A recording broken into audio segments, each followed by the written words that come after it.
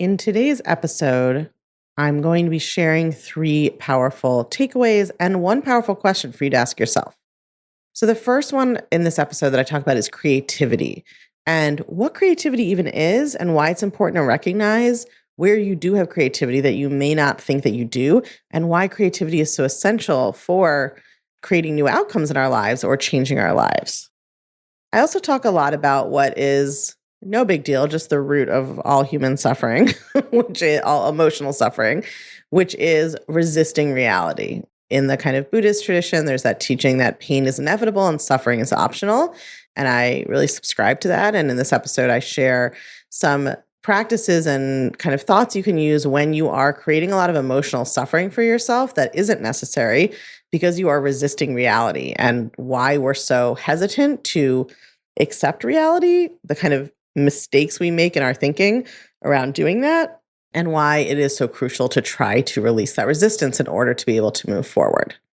And finally, we talk a little bit about self-love in this episode, and I give my best suggestion for starting to build self-love from wherever you are right now. At the end, I pose a really powerful question that you can ask yourself to start getting your brain thinking and your wheels turning to help you become that next best version of yourself. So let's get into this greatest hits episode. Welcome to Unfuck Your Brain. I'm your host, Cara Loewentheil, Master Certified Coach and founder of the School of New Feminist Thought. I'm here to help you turn down your anxiety, turn up your confidence, and create a life on your own terms, one that you're truly excited to live. Let's go. A couple of weeks ago, I saw many of you who are my loved ones at Clutch College. And so today what I wanted to do is share some of our best takeaways from Clutch College. And I do this, I think, after every Clutch College because I want to share some of the wisdom that comes out of that weekend with all of you. And every time I just say this one was more amazing than the last one, but it's just really true. And I think the fact that so many people continue to come back to Clutch College again and again, I think is just proof of that. Just shows you what an incredible and special experience it is. So there are kind of 4 big takeaways from Clutch College that I want to share with you. And the first one is kind of about creativity and owning our own success. So you'll hear I have a podcast coming out later this year where I actually talk about creativity with some of my advanced certification students who work with artists or work with style or work with people on creative pursuits. And one of the things that's so interesting is a lot of people will say that they're not creative. But when you start looking at your thoughts, what you see is that we have each created all of our own weird, crazy rules for the universe in our brains, right? We have all created this complex architecture of rules about how we're supposed to be, how other people are supposed to act, what the rules are, right? We're this way, but not that way. We're good at this. We're bad at that. Someone should text us when they get home. And if they don't once, it's okay. But if they don't 3 times, it means they don't love us. We just create all of these complicated sets of rules. And we're really like little kind of gods and goddesses making up rules for our own universe and then enforcing them against ourselves, right? Well, we should be good at our jobs, but we shouldn't want to make money, or we shouldn't think that we're too good at our jobs, or we should be this kind of parent, but if we're too much that kind of parent, then that's bad. It's like we have all these incredibly complicated sets of rules in our brains, and then we tell ourselves that we're not creative, even though we basically have all made up this incredible mental architecture of how we understand the world and all the different rules we've created for ourselves and other people. So number 1, if you tell yourself you're not creative, that's bullshit, because you've created an entire world in your brain. Right? Like novelists get good reviews for creating a world and a story. We are all doing that in our brains all the time. Your brain basically is a creative story-making machine. But the second part of that is we blame ourselves for the negative results in our lives, right? Especially once we learn thought work. But we don't stop and take credit for the positive results in our lives. Right? So you can't have it both ways. You can't believe that your brain is so powerful that it creates all these negative results that you judge and shame yourself for, but that it has nothing to do with the positive results. It's like what I always say about imposter syndrome, which is like, okay, maybe you're stupid and bad at your job, but then you must be a brilliant con person if you've actually successfully tricked all these people for so long, right? How could you be stupid and do that? So it's kind of the same thing, right? If you are going to take responsibility for the results in your lives you don't like, which of course I 100% recommend, you also have to take responsibility for all the positive results in your life. If your brain can create all these negative results, it can create all these positive results, and it has, right? So don't go around thinking that you create the negative results in your life, but the positive results are just accidental. They just happen to you. No, you created both of them, right? And you're creating all of it. We have so much more creative power than we think. And so rather than assume that all these kind of weird universal rules that we came up with are just how things have to be, right? Really see yourself as the person creating all of that, and try to break your brain with how different, like how antithetical to your current rules your new rules could be. Like how differently you could think about the world and your life, and what a different mental universe you could create, because we are all incredibly powerful in our minds. At the same time, and kind of always the counterbalance with thought work, right, is that we talked a lot about the idea that we have to accept reality. Now, that doesn't mean we don't want to change reality, right? I just was talking about creating positive results, changing the rules that we have in our brain.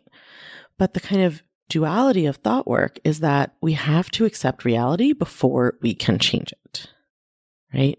When we resist reality, we actually can't make plans or figure out what to do, because we're not being honest with ourselves about where we're starting from. Let's say you were in Toledo. That's the city you're in. You're in Toledo, Ohio. But you just refused to confront the fact that you were there because you thought you were supposed to be in Akron. I don't know why we're talking about Ohio. This is what's on my mind. So you're in Toledo, but you refuse to admit and accept that because you think you should be in Akron. You were supposed to be in Akron. Akron would be happier, or that's where you'd plan to be, or whatever. And you're trying to get to New York City. You can't actually make a plan. You can't Google Maps it. You can't get the directions from where you actually are if you insist on resisting where you are, believing you shouldn't be there, not paying attention to it, right? Resisting it and trying to pretend that you're somewhere else. You can't get anywhere because you don't know where you are, so you can't figure out how to get where you're going, right? So when we resist reality, that's what we're doing. We're trying to get somewhere to get away from our current reality. But we can't even do that because we're in so much resistance to our current reality that we can't take real stock of where we are and see what's causing it. Like if the whole reason you were in Toledo instead of Akron was you wouldn't take off these blinders you were wearing that had led you to the wrong place, and then you kept running around Toledo in your blinders trying to get somewhere else, you wouldn't be able to see where you were going. Right? When we don't accept reality and we're in a hurry to get away from it, we can't actually understand where we are or how we got there, and then we can't actually understand how to change it. You have to be where you are in order to actually see how to get somewhere else. And resisting reality is the most painful thing you can do. We talked about this a lot at Clutch College and did a lot of coaching on this, right? I think that it makes you feel like a caged animal in a trap, just totally crazed and panicked, right? Because what you're doing is telling your brain, this current reality is not okay. I'm not safe here. I can't be happy here. This is bad. But you can't escape it, right? Your brain can't get out of your body. Your body can't get out of the present timeline. And so it really doesn't matter what the circumstances or what actions you take, right? When you were thinking that way, when you were resisting reality, when you are telling yourself that you don't want to be there or you shouldn't be there or it'd be better somewhere else, you make yourself feel crazy because your brain thinks now it's in danger or there's a problem, but literally it's inside your skull and I can't figure out how to get anywhere else. And that is what creates that panic, desperate feeling when we are resisting reality, right? So we have to accept wherever we are, whatever's going on. This is our reality. This is what's happening. You'll hear a lot of life coaches teach everything is perfect or this is what should be happening. That's not what I believe, and I don't think you need to believe that. If you do believe that and it works for you, great. But for me, I've always found that a kind of sort of subtly almost Christian belief system, which is sort of like that, we're trying to kind of achieve perfection in life. There was sin and we fell and now we're trying to get back to perfect. That's not how I think about it. And I don't think you have to believe this is perfect because it's happening the way it should, even if I don't understand it. Again, that's sort of a God understands it, even though I don't. If that works for you, that's great. But you can accept reality just by agreeing to be with what is. You don't have to believe it's perfect. You don't have to believe it was supposed to be this way. You don't have to believe it should be this way. But you have to believe it is this way. And you don't have to believe it should be this way, but you also have to not believe it shouldn't be this way, right? So it's like you have to live in a space that's free of should or shouldn't, just in order to accept it, and then you can think about changing it. But while you are refusing to be present with what is, you will never be able to figure out how to get somewhere else. And the truth is, the whole reason we get so crazed is that our brain is always telling us that if things were different, we would feel amazing. If this thing happened or that thing happened, or back in the past before this thing happened, everything was fine. That's what your brain says. But your brain's always lying. You've always been a human. You always will be a human. You will always feel positive and negative emotion, no matter what is happening. In your times of darkest grief, you will still eat something that tastes good, see a friend smile, laugh at a joke, and forget your grief for a moment. There will still be those moments of happiness. And in your happiest stages of life, right? Marrying the love of your life, going on your honeymoon, winning the lottery, making $1 million in your business, the best part of raising your children, whatever it is, there will still be days that you wake up on the wrong side of the bed, or you snap at somebody, or you yell at someone, or you're bored, or you're restless, or you hate what you see in the mirror one day, or you just feel bad. That's just being a human, right? And so whenever our brain is furiously resisting reality, it's because it's telling us that somewhere else is better. If this condition was changed, if this circumstance was different, everything would be okay. I would always feel good. And that's not true. And so for me, the best way to accept reality is to remind myself that no matter what's happening, I'm going to experience positive and negative emotion in these circumstances. And no matter what my circumstances in the future, I will also experience positive and negative emotion then. There is no exit ramp off the human experience. And releasing the fantasy that there is an exit ramp is what allows you to be present with whatever your current reality is. And then if you decide you want to change it, you can. Here's a thing about me. I own multiple copies of the books that have been the most important to me, especially when they are self-help books or books that I'm trying to learn something from, because I like to read the hard copy of the book, but then I like to listen to the audiobook as well, because I pick up on different things when I listen than when I read with my eyes. And I hear things differently. My brain processes the information differently. And audiobooks are something I can listen to on the road, doing things around the house, even in a bathtub. So that's why I'm so excited to tell you that the Take Back Your Brain audiobook is available now wherever audiobooks are sold, and it is narrated by yours truly. So even if you've already gotten the book in hardcover, if you really want to make sure that it all sinks in, especially if you have a little trouble focusing or paying attention sometimes, as we all do these days, really recommend that you also get the audiobook, listen to it in the background. Your brain will actually learn by osmosis, and it will all sink in and stay in even better.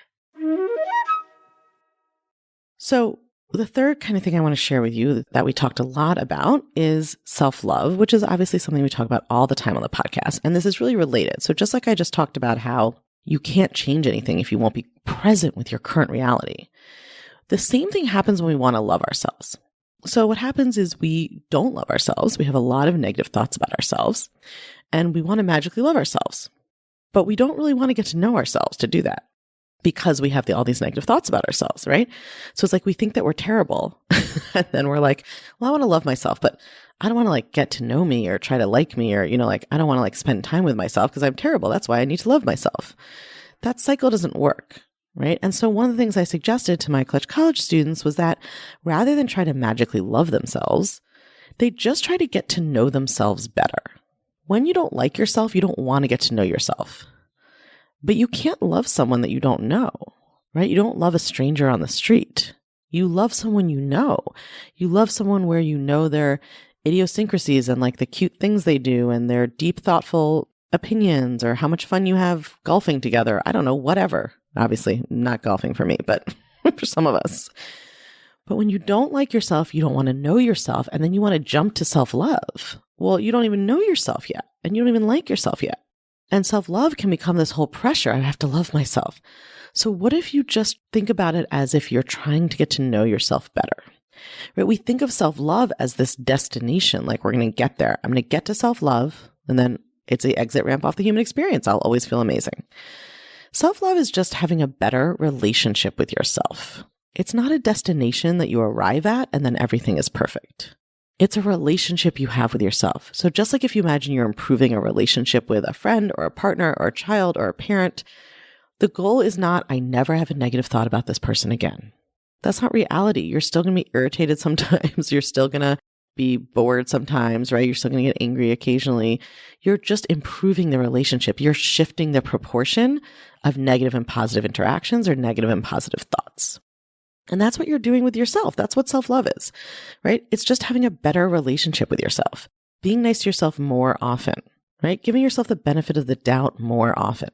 It's not like rainbows and unicorns all the time, right? And one of the things to remember when you're sort of working on that is that part of the reason we're so critical and negative to ourselves is that same perfectionist thinking where we think that in order to think something positive about ourselves, we have to be that thing all the time. Right? So it's like in order to think I'm a good mom, we have to be a perfect mom and always be good at it. Whatever that means, right? It's all made up. But that's not true, right? You don't have to be 100% of a positive thing to be allowed to think the positive thing about you. It's not a like 1% or a one drop rule, right? If you are a good mom some of the time, you get to believe I'm a good mom. If I'm a good coach sometimes, I get to believe I'm a good coach. I don't have to be a good coach literally 100% of the time to be allowed to believe that I'm a good coach. And as I talk about on so many episodes, of course, believing a positive thing about yourself shifts your identity to that and you become more and more of it. So I believe I'm a good coach. I practice coaching with more confidence. I focus on my clients. I get better and better as a coach. You don't have to be 100% of something to be allowed to think this positive thing. That includes self-love. You don't have to love yourself 100% of the time to identify as someone who loves themselves, who is working on having a better relationship with themselves. It's not this destination of perfection you get to. Being a good mom, loving yourself, being good at your job, being a good partner, whatever it is, it's not a destination that we get to when we're that way 100% of the time. It's a relationship with ourselves where we practice being a little nicer to ourselves, giving ourselves the benefit of the doubt more, allowing ourselves to think positive things about ourselves, even if it's not 100% of the time. We're not 100% perfect at it. Right? I think people think that coaching is to help them not be a mess, but everyone's a mess. Everyone's going to stay a mess. I talk all the time about how I have a half-managed mind. If we just accept the mess, we can see that coaching is about being nicer to yourself about the mess. It's okay to be a mess. It's okay to be human. You are like 3 evolutions of brains in a skull attached to a meat sack of electricity. Things are going to be a mess sometimes. That's okay. The point of coaching isn't to make you never a mess so you can love yourself. The point of coaching is teaching you how to accept the reality that we are sometimes a mess, right? Accept your present reality and become more skillful at being kind to yourself, at giving yourself the benefit of the doubt, at not criticizing yourself constantly, at allowing yourself to think positive thoughts about yourself, at improving that relationship, not getting to a destination of self-love. So here's the last thing I want to talk about, which kind of connects to the objection some people have to that idea. So the objection that people have often to being nice to themselves is that they think that they have to be mean to themselves to drive themselves, right? They think that if they were nice to themselves, they would just sit on the couch all day and do nothing. Now, first of all, there's no prize for not sitting on the couch. You don't get to the end of their life and they calculate how much time you spend on the couch. My cat spends all of his time on the couch. I think he's totally worthy. But I do believe that humans naturally want to create and contribute and be in community with each other. We see that in little kids. Little kids don't just sit on the couch before they've developed self-criticism, right? They're very active and out there and curious and they want to learn and they want to meet people and make friends and they want to run all around. They want to talk to you, right? Humans naturally want to create and contribute and be in community together. And so when you are working on your relationship with yourself, I just want you to think about how much of your premise about yourself is that you are inherently lazy and indulgent and sinful. Again, this is a very Christian concept. Even if you don't identify as Christian, it's infiltrated our culture, this idea that humans are sort of naturally sinful and we have to correct that, right, by berating them all the time. You don't have to choose to believe that underlying premise. So how would your life look different if you believed that you naturally want to create, to contribute, to be in community with other people. And that if you were nicer to yourself, you would actually be allowing all of that to flourish and get even bigger and better, right? If you believed that believing you're good enough, like worthy enough as a person, if you believe that improving your relationship with yourself would only boost your desire to create, to contribute, to be in community with other people, then what would your life look like? And that, my chickens, is a life-changing question. So I really want you to sit with that. If you change the basis of your relationship with yourself from, I have to control and regulate and moderate and berate myself to make sure that I do things, right? The premise of that relationship being, left to my own devices, I am a sinful, lazy sloth, and I have to use all this negative reinforcement to make myself be better. If you shifted that premise to believing, like a small child, I naturally am curious and want to create and make things and want to be in conversation and contribute and help other people and want to be in the world and in society and with other people and be creating and be contributing, that's my natural state of being. And the nicer I am to myself, the more I can access that natural state. How would your life change?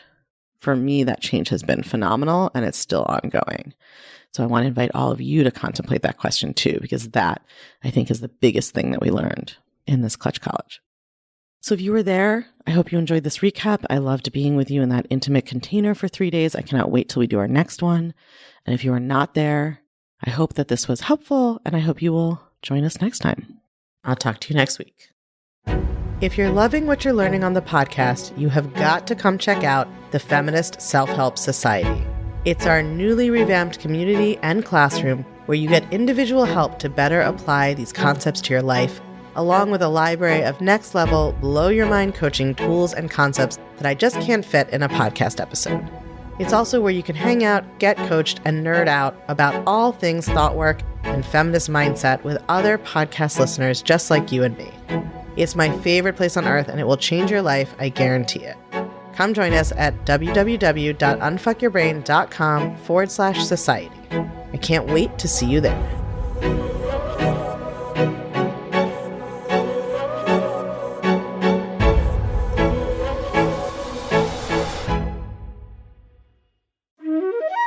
Pop quiz. Did you know that the Take Back Your Brain audiobook, narrated by yours truly, myself, is out now? If you love this podcast, the audiobook is the best way for you to enjoy this New York Times and USA Today bestseller. You can still get the hardcover anywhere books are sold. You can still get the ebook, but if you're like me, you love audiobooks just as much or more because they're easier to enjoy on the go or while you're multitasking. And if you already have the hardcover and you have been feeling like you just want to try to absorb everything in it even better, add the audiobook, listen to the audiobook as well. It will operate on your brain in a whole different way. Go grab it on Audible or wherever else you get your audiobooks, and you have my dulcet tones in your ears teaching you how to understand your brain. It's a win-win.